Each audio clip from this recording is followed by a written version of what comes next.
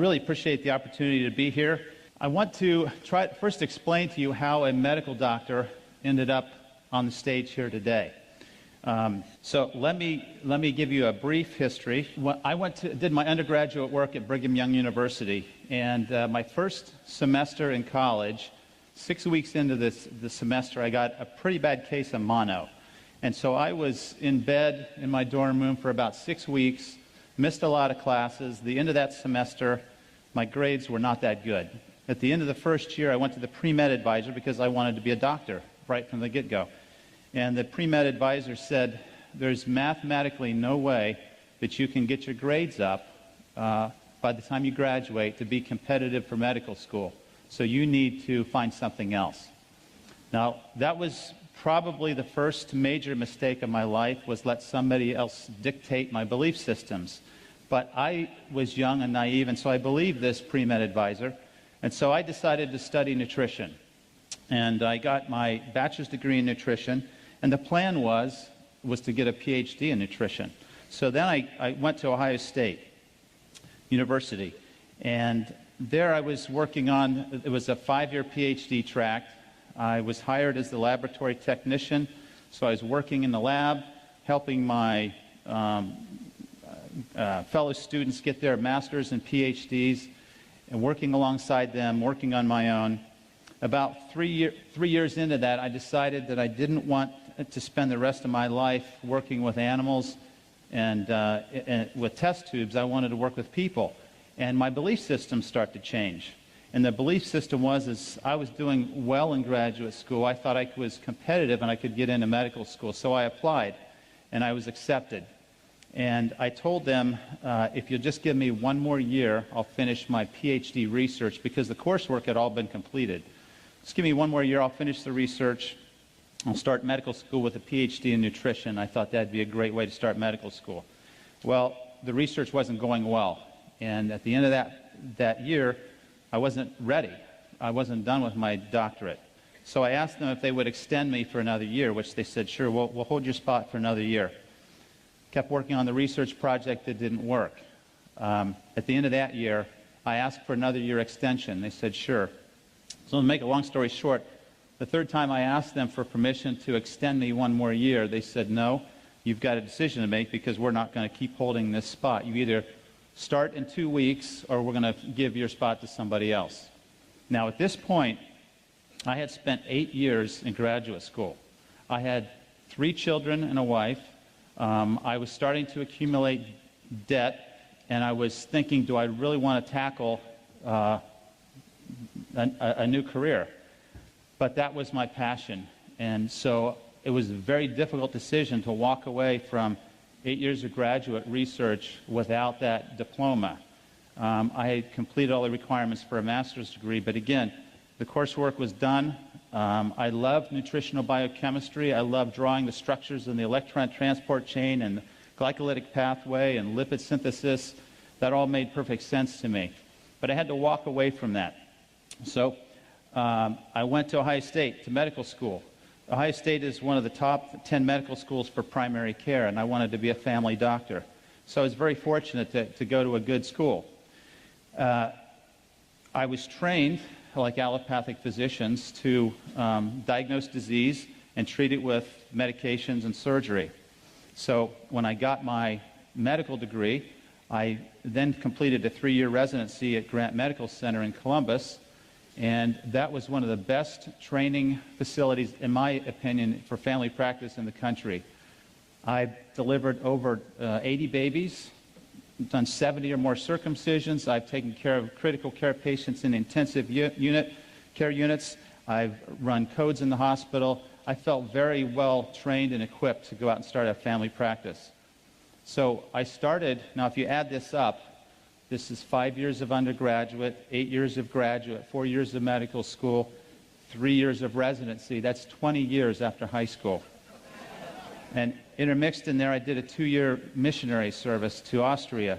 So I was 40 years old before I started my career.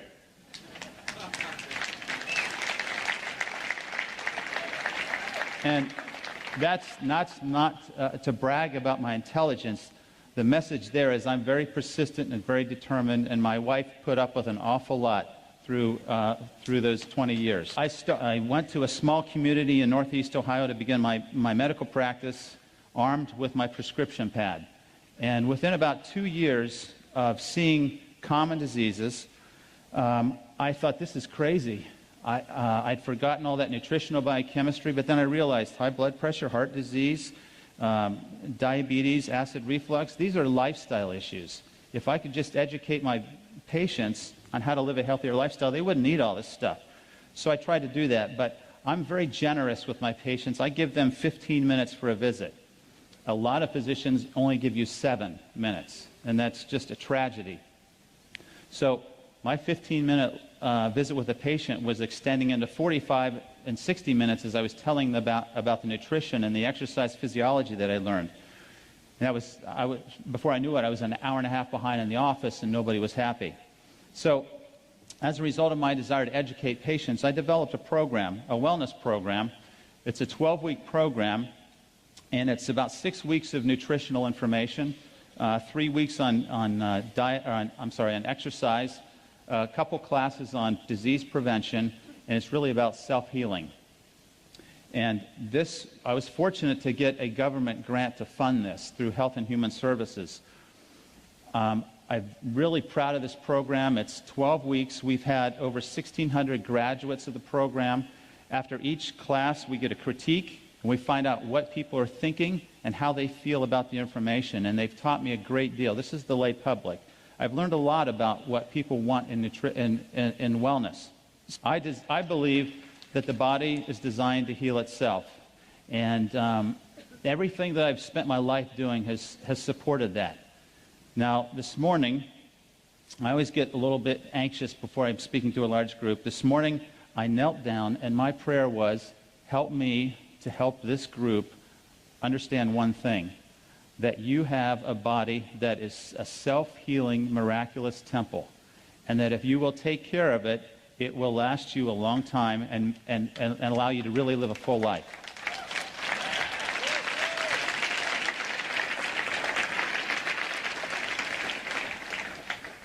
So this is what I see on a daily basis.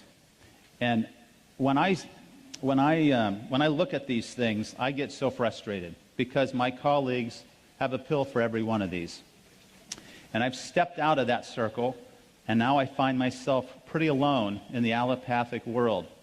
I struggle with that, but I can't go back to that because that's not healing, that's disease management.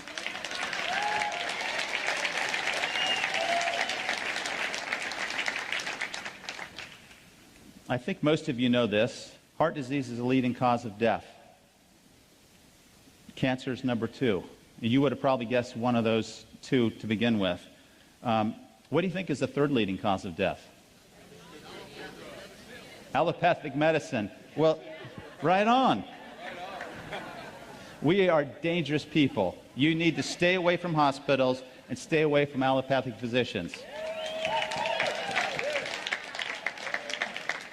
Now, I don't want to be too critical of my colleagues because they've invested a lot of time. They do save lives, but I think we've been misled, and I think it's the pharmaceutical industry that has misled us. Okay, so there's the leading causes of death. Now, if you look at how doctors and the healthcare system kills us, this is how it breaks down. Now, this is old data. This is 9 years old, most of these studies. And I can tell you that we've gone to a lot of measures to reduce these numbers.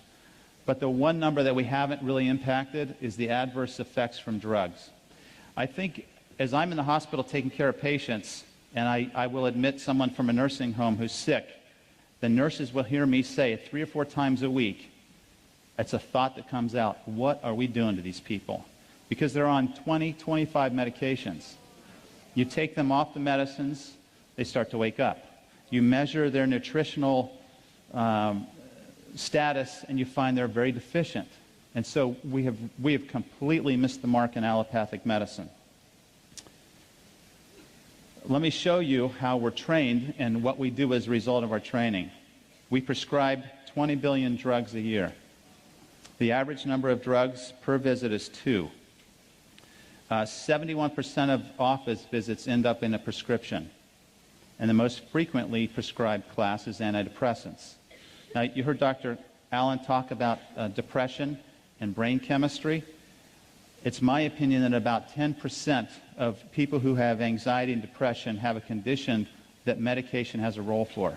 Most of the time, a healthy, balanced lifestyle will correct these problems. And in that lifestyle, of course, is the water. When I came across this slide, I was really upset.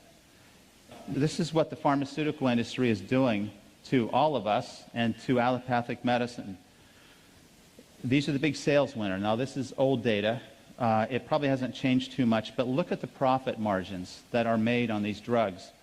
Now, I've highlighted in yellow drugs that are used to manage diseases and not cure them. These diseases, high cholesterol, acid reflux, depression, anxiety, high blood pressure, are for the most part diseases that a healthy lifestyle would reverse. And here we are giving them a pill for every condition. It's completely wrong. If you look at the expenditures, per capita healthcare expenditures in the U.S. compared to selected countries in 2006, you can see that we spend on average $6,500 a year per person on health care. In 1960, 5% of the gross domestic product was spent on health care. In 2007, it was 17%.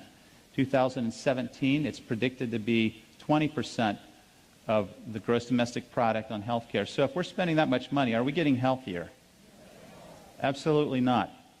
We are number one in responsiveness. We have the best EMS services in the world. We know we spend more money than anybody else. We rank number 37 in performance, number 72 in health, compared to 191 countries from the World Health Organization study. There's a problem here. This is terrible. We have to impact health in a positive way, or it will destroy our economy and destroy our health and our future. Now, I'm going to give you 3 hours of lecture in one slide. In 1900, we had the Industrial Revolution. And what happened was we were trying to feed people who were moving into cities away from the farm and the rural areas. So in order to do that, we had to find a way to preserve and prolong the shelf life of foods. So we developed some technology to be able to change the food to do that. And once we developed that technology, and the first one we did was the enrichment process, where we took the germ out of the whole grains. What happened was by the 1940s, we had nutritional deficiencies. So rather than add all of those back, we added 4 of them back. And that's what you see when you read a label that says enriched bread. It's enriched with 4 of these that are deficient and not all the other ones. But this was an act of Congress. By the 1950s, we were heavily promoting animal products, meat and milk. By the 1960s, we had the growth of fast food chains and diet pills. So our mindset's starting to shift. Give me a quick fix. By the 1970s, the food pyramid was designed to educate America that fats were bad and that we had to get them out of the diet. Well, fats are still bad if they're the wrong types of fats. And clearly, the carbohydrates that the food pyramid tells us to eat will make us gain weight and will cause disease. So this food pyramid concept has failed miserably, and we're paying the price for it. One of the reasons is in the 1970s, high fructose corn syrup entered the diet. Now, fructose is a fruit sugar. That's okay. We should have 3 or 4 servings of fruit a day. 2 to 3, no more. High fructose corn syrup is unnatural. It's a syrup with too much fructose. It stimulates the feeding center in the brain. This is the primary cause for obesity in the United States. And if you look at the obesity graphs, you'll see that they just accelerate almost exponentially starting in the 1970s when high fructose entered the diet. The other problem is trans and hydrogenated fats. These are not found anywhere in nature. The only place you will find a trans fat is in one of the stomachs of ruminating animals. No other plant, microbe species, nowhere else in nature do you find trans fats. And yet it's in everything we eat because it prolongs the shelf life of the foods. This is a leading cause for many cancers, diabetes, many chronic conditions. A real problem. But what's happened is food technology has forced us to change the food supply, and in my opinion, in my world at least, belief system, God has created these beautiful foods for us to eat, and we're trying to improve on what's already there, and we're failing.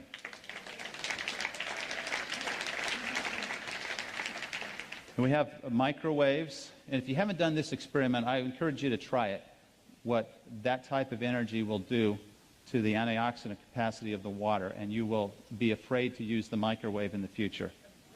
Okay, if you want to increase your risk for cancer, you should eat these foods. If you want to increase your risk of cancer, these are the foods you eat. If you want to decrease your risk of cancer, eat the foods God has prepared for you. This is really not hard. The best food that you can find in a grocery store is on the perimeter. Spend your time in the produce aisle. If you look in the center of the grocery store, it's going to be packaged, processed foods. They're going to be altered, modified, and nutritionally depleted. You want to stay away from those foods. Okay, a third of you are going to die from heart disease. A third of you are going to die from cancer.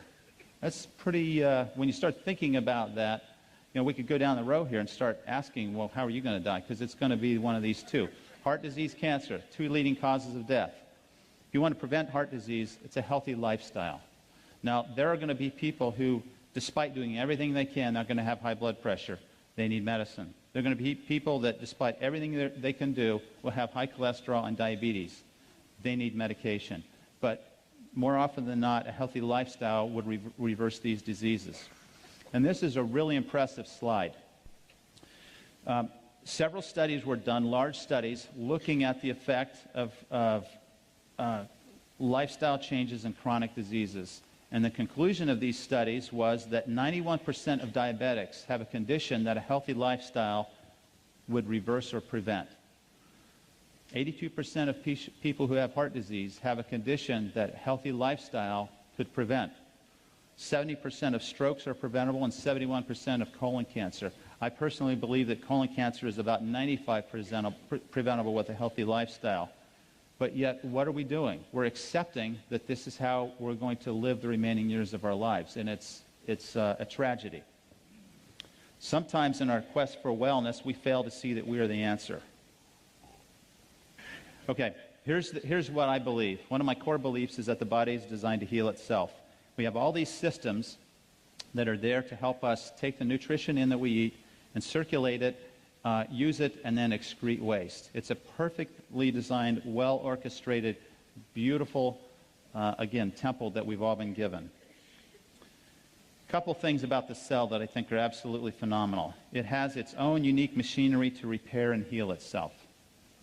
Millions of DNA repairs occur every second in our bodies. Every day, 10,000 free radicals attack the DNA of every cell of our body. As it's sitting here right now, free radicals are trying to destroy you. But you've been given this beautiful temple that can heal itself and can find these, correct them, and repair itself.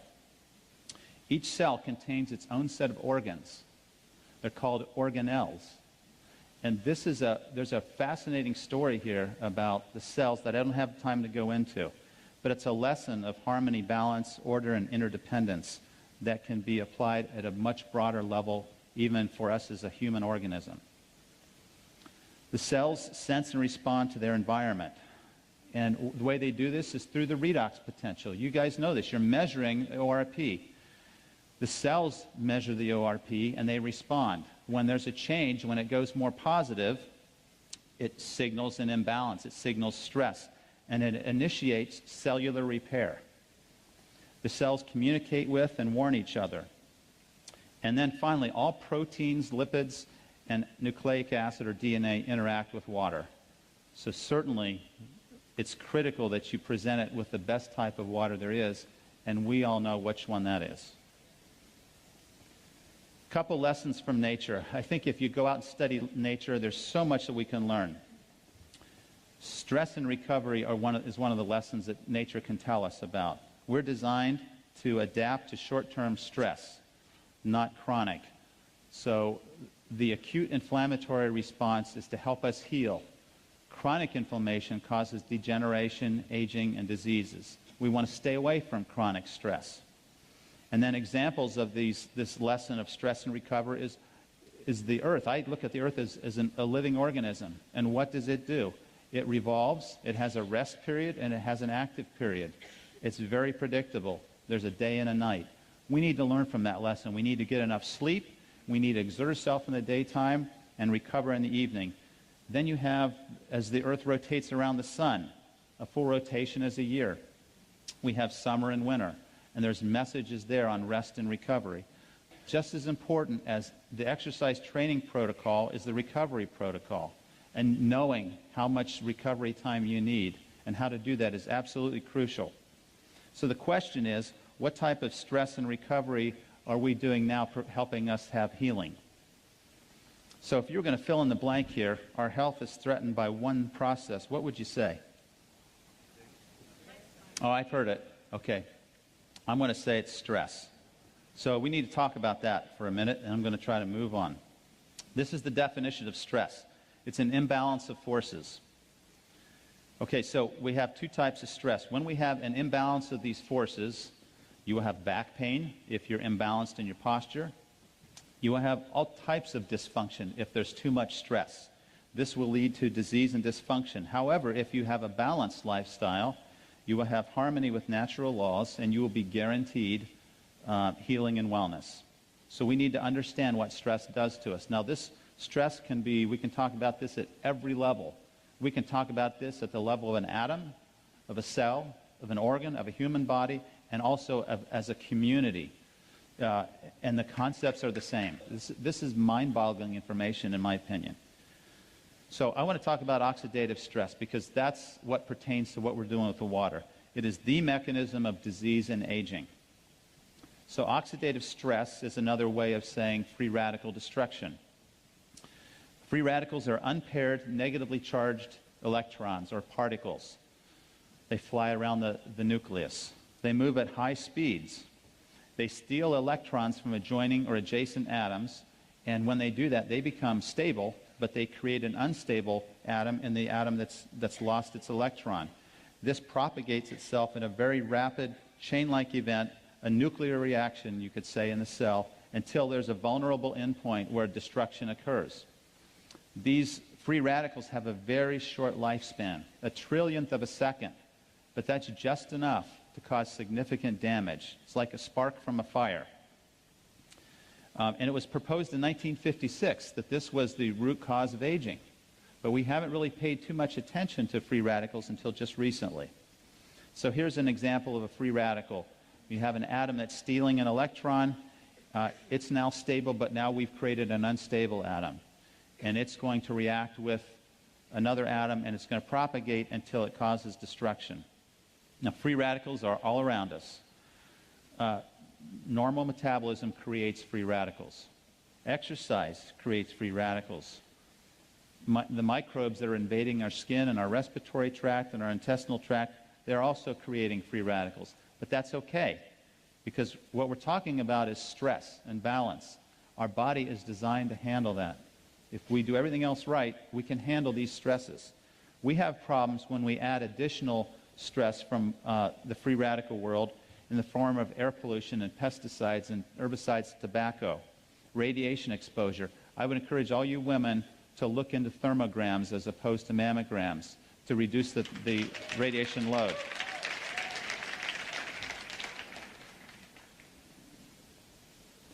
Drugs, alcohol, and medication. Any pill you put in your body is going to be absorbed, go through your liver, and your liver is going to check whether or not that belongs there or not. And if it's synthetic, the liver is probably going to try to destroy it to protect you. And some of us are really making our livers work overtime by the things we're taking in. Then we have dietary sources of free radicals. We have the hydrogenated fats, and we have high sugar diets. These are significant loads that we've put in our bodies over the last several years. Stress is an emotional response. Stress causes cortisol. How many of you would want to take 10 milligrams of prednisone every day for the next 20 years? Do you all know what that does to you? Suppresses your immune system, makes you gain weight, accelerates the development of cataracts and osteoporosis.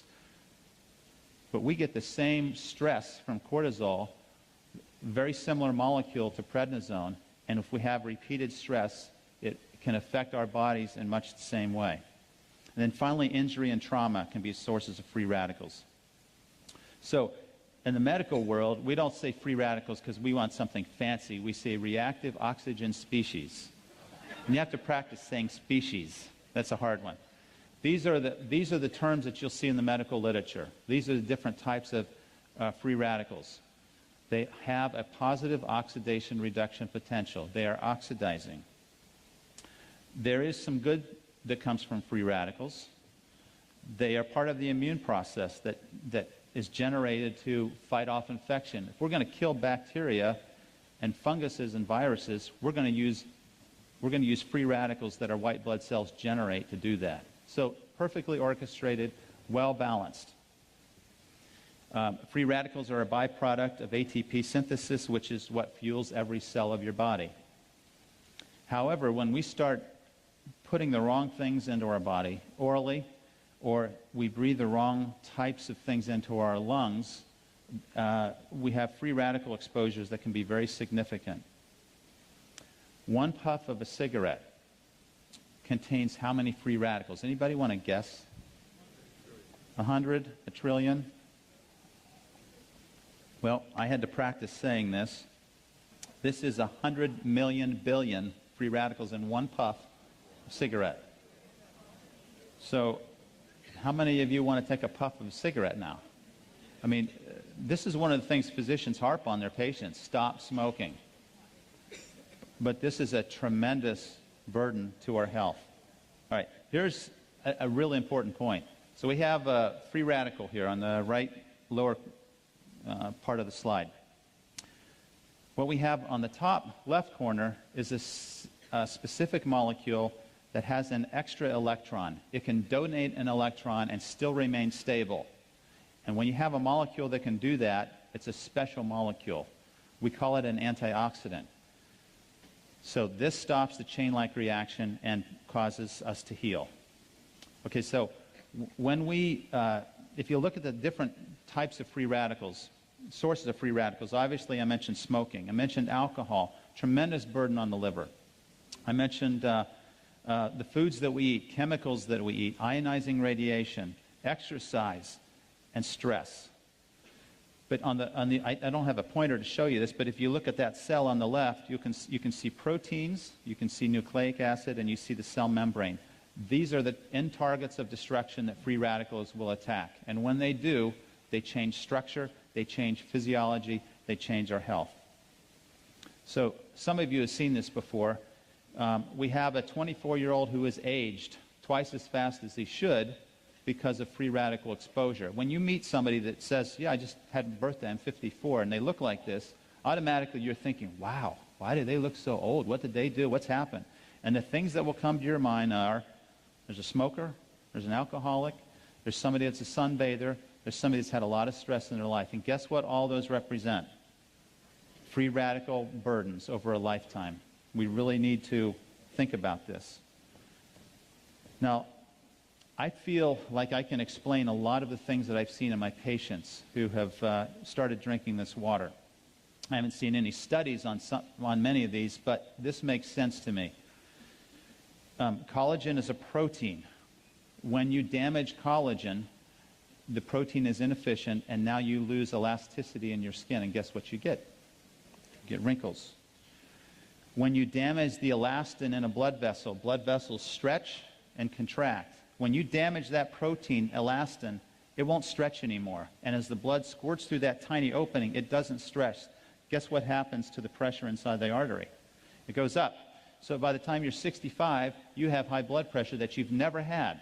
And you say, I don't believe I've had it, doc, because I've never had a problem with it. Well, after this many years of this type of lifestyle, you're going to have free radical destruction of that protein, and you're going to end up with hypertension. 2/3 of Americans who are senior citizens have this. When you damage the intimal lining of the arteries with free radicals, this is one of the propagating events of the atherosclerotic plaque. When you damage the DNA, you can have mutations and inefficient repair processes. You can also damage the insulin receptor, which is a protein that sits on the surface of the cell. And the insulin receptor has to bind to insulin. If it can bind to insulin, That's the trigger that opens the door for sugar to go into the cell.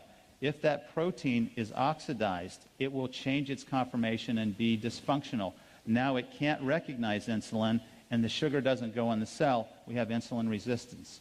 So guess what happens when you take antioxidants and, probably more importantly, use an antioxidant-rich water? Guess what can happen to diabetics who drink this faithfully? Their sugar improves, and I've seen that.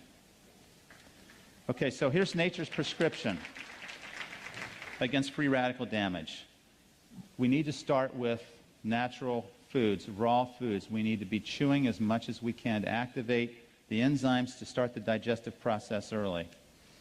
All right, cellular antioxidants. This is the cool part for me, because this is all built in. We all have this when we're born. The cell membranes protect themselves with antioxidants, particularly vitamin E and beta-carotene. Outside the cell, our cells are protected in the blood system in particular with vitamin C and glutathione. These are antioxidants that protect the blood and the extracellular matrix. Inside the cell, we're protected by glutathione, and Dr. Allen had a picture of glutathione up here. It's an amino acid analog, vitamin C, and selenium. A lot of you are taking CoQ10. It's a great antioxidant. It's in every cell of your body in the mitochondria. If you take a cholesterol medicine, that should be part of the prescription, because cholesterol medicines will deplete CoQ10.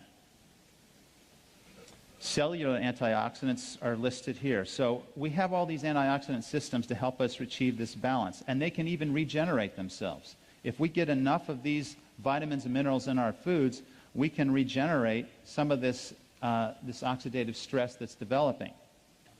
Here's a list of foods that show you the oxygen radical absorbance capacity. It's a different set of units, but basically it's referring to the ability of these foods to act as a free radical scavenger. These are some of the most potent foods in terms of their effects on reducing cancer and oxidative stress. If you group these together, what you'll find is that berries and beans are some of the best groups of foods to help to provide you with antioxidant protection. So these types of foods need to be pretty heavy in our diet and should be foods that we eat on a regular basis. In addition, I personally believe that there's a role for nutritional supplementation, and I recommend many of these. There are some excellent herbs, there are supplements, and again, there are enzyme systems, and these enzyme systems require trace elements. Guess what happens when your diet is loaded in processed foods, enriched flours? Guess what you don't have in the typical American diet? You don't have adequate selenium, manganese, and zinc.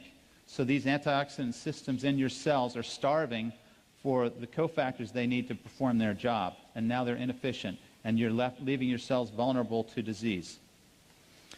Okay, let me just briefly talk about these different levels of stress, because there is acidic stress, and that's a precursor to oxidative stress.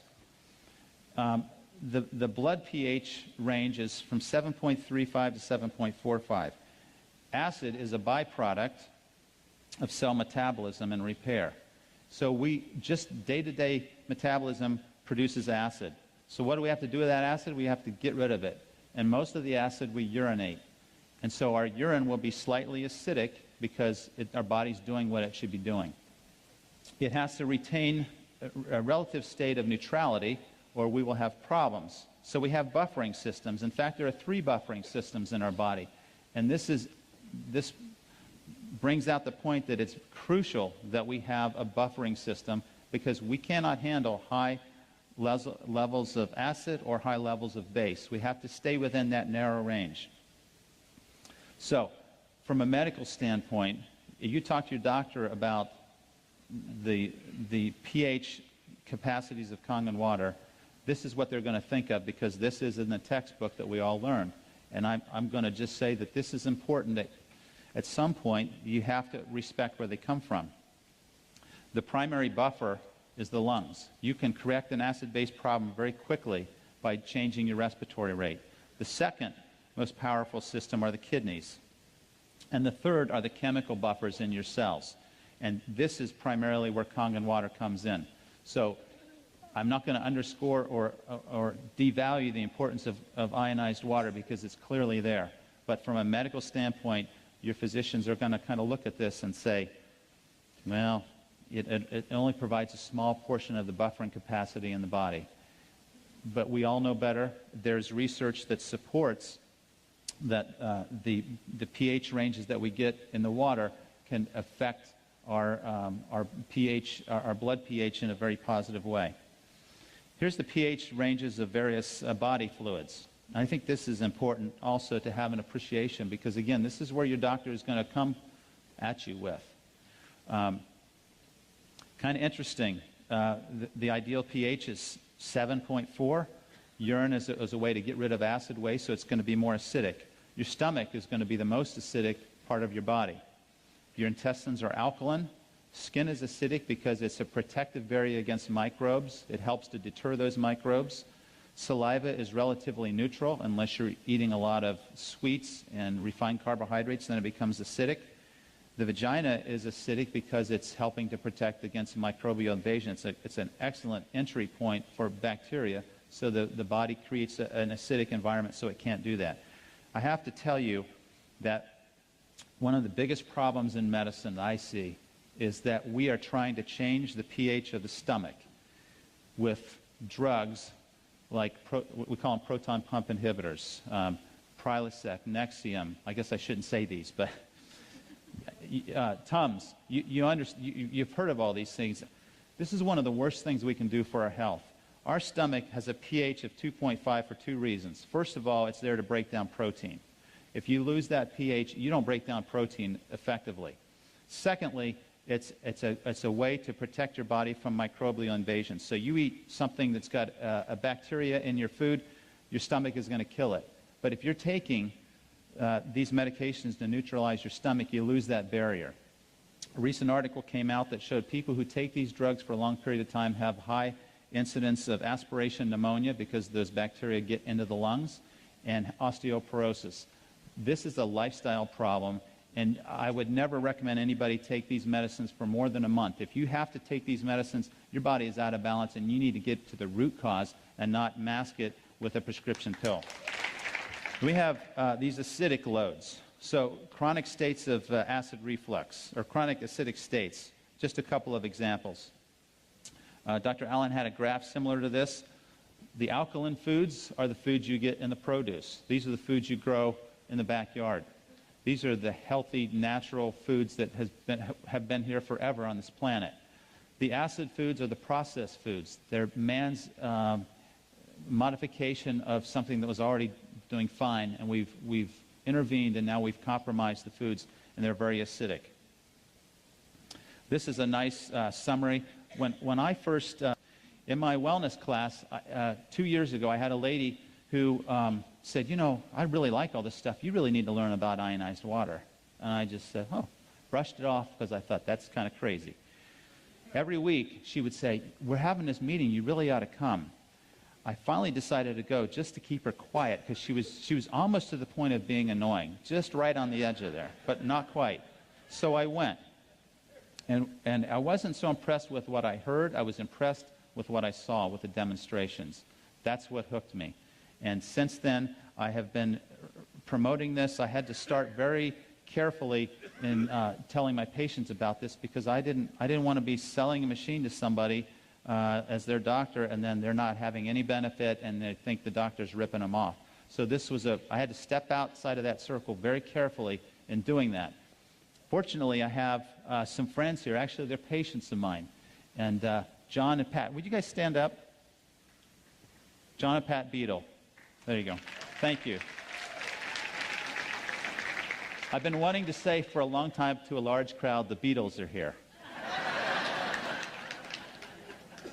They have really helped me have more courage because they got a unit shortly after I did, and they have been, the Amish community in our nearby county has just blossomed with the water units, and they have story after story after story.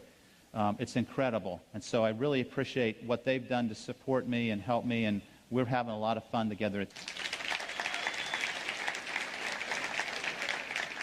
We all know about Dr. Warburg. We know what he said, that cancer thrives in an acidic, oxygen-depleted environment. So how do we create that? We eat the processed foods. We eat what the typical American diet would tell us to eat. How do we create oxygen depletion? We stop moving. If you want to run away from death, run away from death. The closer you get to not moving, the closer you are to being a corpse. So just remember that. Now, I haven't seen the research to support this statement, but I think the corollary is true, that cancer can't grow in an alkaline, oxygen-rich environment. So I have a friend with a brain cancer. I bought him a unit. I sent it to him. I said, I want you to drink as much of this water as you can. I want you to take these antioxidants, and I want you to take a walk every day, get your heart rate up, get oxygen in your lungs. That's the best treatment that I know of for that brain cancer. And I can tell you that he's had 2 brain cancers, and his cancer has not grown in the last 2 years. So it's a phenomenal story. Okay, I'm going to just let you kind of glance at these, because now I do have to wind down pretty quickly. We dehydrate pretty easily, and I'm very dehydrated now. When we wake up in the morning, we're dehydrated. You need 20 ounces probably of water first thing in the morning. And for me personally, my health is pretty good. When I started drinking the water, I felt so energized in the morning. I judged the intensity of a workout in the gym by how sore my muscles got until I got Kangen water, and then that blew that right out of the water because I didn't get sore anymore. So I knew the water was doing something for me. Okay, there's dehydration states. There's evidence for microclustering. This was the one concept that I struggled with a little bit initially because I wasn't sure of the science behind this, but I'm confident in the science behind this now. Alkaline water has reduced or a lower nuclear magnetic resonance state. If we had microscopic eyes, you could see that every atom in the universe is vibrating. When you energize this water, you change the vibrational state of the water molecule from a high resonating vibration to a lower resonating vibration. That allows the water molecules to cluster together closer and tighter. If it's a higher frequency of resonation, it won't cluster. So that's why we're able to microcluster the water. Okay, so let's see. Lower surface tension, we can measure this. And again, this is reported data. So for a physician who likes to see the evidence, it's there. Here's the hexagonal or ionized water. So this is the frequency of those vibrations. A much lower frequency, the molecules can, because they're polar, they can get closer together and cluster. Okay, we all understand the chemistry. Let me just try to skip to the end here. We talk about the ORP. Okay, there's evidence of internal benefit. And I don't know if this, I think Dr. Allen alluded to this article earlier, that electron-rich water has a high pH and significant ORP, and it has been shown to protect the DNA from damage due to free radicals. Here's an article on the anti-cancer effect of water where they injected mice with melanoma cells. Melanoma is a very fast-growing cancer of the skin. They injected it into their bellies and under their skin. They gave one group alkaline-rich water, another group tap water. The alkaline-rich water had very slow tumor growth rate and virtually no metastases. So this would be one of my first-line treatments for someone with cancer. Electrolyzed water, let me skip this one. This one talks about its ability to improve diabetes. And for those of you who are trying to provide support to medical people, if you'll go to pubmed.com, that's short for Publish Medicine. So pubmed.org, not .com, pubmed.org. You can find these articles there, and you can arm yourself with abstracts to show them that there's evidence. It's all in the Japanese and Korean literature, though. Here's another one that shows its effect on diabetes in mice. There's one on... let's see. Oh, here's a neat one. If you ever have a rat that's drunk, if you give them ionized water, they get over their hangover really quickly. That's toxic to the liver. This is powerful. I think Dr. Filzer is talking about this on the video. this is a very strong study that showed that three of the most virulent and dangerous bacteria can be killed with the oxidized water with a high acid content. In other words, low pH. So if the pH is 2.5, it has to be below 2.6, or it doesn't have this bactericidal or bacteria-killing effect on the cells. But if they're exposed to this acid load, and remember, this is an oxidized water. If you measure the ORP in the acid, it's going to be very oxidizing. Okay. All right. Here's some questions. What happens to alkaline water in the gut? It absorbs right into the gut. It doesn't neutralize the acid. It absorbs right in the gut, just like alcohol does. It goes right through the stomach wall. So nothing happens. I had a doctor, a very smart doctor that I respect, said, I'll just take baking soda. And I thought, you're going to miss all the other effects because it's not going to go anywhere. It's not going to get into your cells, and it's not going to have the oxidation reduction potential. I don't recommend drinking water with meals, at least the alkaline water, because you want your stomach to be acidic. If you're going to drink water, drink 7.0. But I think it was Wade or somebody said drink water before you eat 20 minutes before. That's perfect because you'll hydrate yourself and you won't need to eat as much because it says 0. All right. Let's see. How long will it take to notice the benefits of ionized water? Probably not long for most people. And as you know, you've had the experience. A lot of them say, I don't think this has helped me at all. They stop drinking it, and then there's a contrast difference, and then they say, I need one of these. Can ionized water cure any condition? What we know is that it can support the cells so the cells can heal themselves, and that's what it does. When you're trying to get your doctor to listen, you first need to understand where they're coming from. They're busy, they're stressed, and they don't have time for the latest healing remedy. So you need a short 2-minute presentation to the point. You need to understand they want to see the data, and you have to know that they don't want to harm their patients. I was afraid that I might harm somebody initially with the water, so I was very reluctant. I wasn't very vocal. Now I'm much more vocal because I've seen so many positive things happen. So once you understand them, then you can help them. You can make yourself understood. Make it brief and compelling, provide them with data, and ask them to drink the water themselves. Here's the keys to health. This is second to last slide. Believe in your body's ability to heal itself. Create a healthy mindset. It all starts in the mind. I can't tell you the power of the mind. I think we know this, but we need to be reminded of this daily. We need to manage stress. Stress is a killer. Stress will send your hormones rocketing and your blood pressure up and make you tired. It's absolutely awful. So we need to rest, relax, laugh, express gratitude, and probably the most important thing we can do is help other people, which is what you're doing. We need to move, which means exercise. We need to eat from nature's menu, which is primarily plant-based. Supplement when necessary. And the last one here is bioidentical hormones. I've done that in my practice. It's phenomenal for menopausal, perimenopausal, women with PMS and men with erectile dysfunction. This can make a big difference. But it's a lifestyle issue that got them there to begin with. So we're back to lifestyle. Finally, drink this ionized water every day. Thank you.